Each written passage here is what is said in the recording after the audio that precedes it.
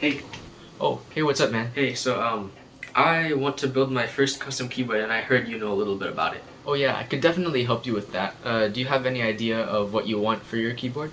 I heard about Cherry MX Browns. Hey, Oh my we do gosh, not oh my say gosh, that I'm so name in this sorry. house. Wait, what are you holding? Oh, this is my Honto screwdriver. It comes with a ton of bits and it's automatic. Huh, that seems like a really cool sponsored product.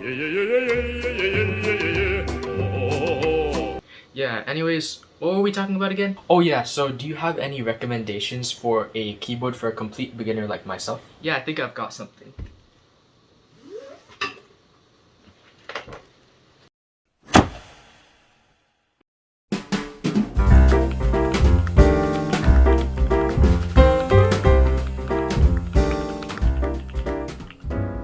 Hey guys, I'm Simulator Tech, and today I'm going to be building the best keyboard for those of you looking for your very first custom mechanical keyboard. This is the Portico75. It's a 75% exploded layout with a knob, and it's actually gasket mounted. As of right now, this board will cost you $70 for just the kit, $12 to include switches, and $18 to include keycaps. That's $100 for the whole package. Alright, let's take a look at the unboxing experience.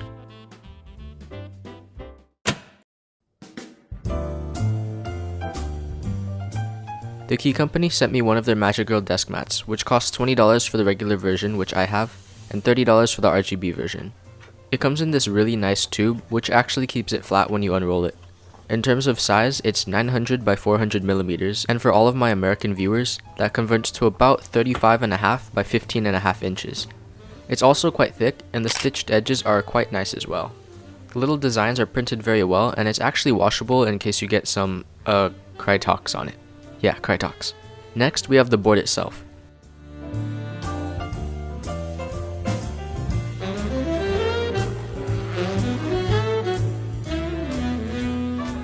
It comes in this very high quality carrying case, and inside is the bag with the included switches, a sticker, and a bag of parts needed for the build. After struggling to pull apart the Velcro straps, we have the board itself. The case is made of polycarbonate, and I received this board in lavender. The see-through case is actually pretty cool, and it feels very solid. It also comes with a pre-installed FR4 plate, a felt dampener, a silicone case dampener, a south-facing hot swap PCB with pre-installed screw and stabilizers, and a metal knob. Finally, we have the included keycap set, which includes everything you need to fill the Portico, plus a couple extra keys in case you want to change the binds with VIA. The keycaps are manufactured by Infinikey, and they're dye-sub PBT keycaps. Overall, these are ridiculously good for an $18 add-on. The printing is very crisp, and the keycaps are nice and thick. With all of that out of the way, let's get into the build.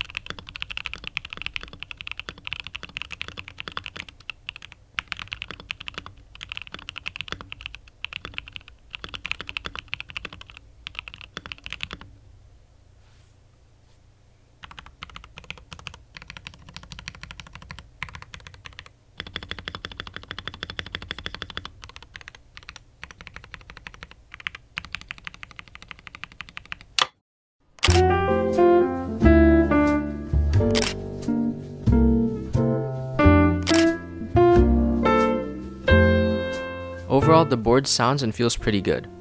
The silicone dampener mutes the sound just a little bit, but it's not terrible. The flexiness of the board isn't bad either, but it's mostly just gasket compression. So what are my final thoughts on this board? For $100, you're getting a keyboard with south-facing sockets, screw-in stabs, high quality sound dampening, NVIDIA compatibility, super smooth switches for dirt cheap, and premium keycaps as a $18 add-on. Come on, this isn't even fair. I can guarantee you that there is not a single board out there that has all of these features at this price point.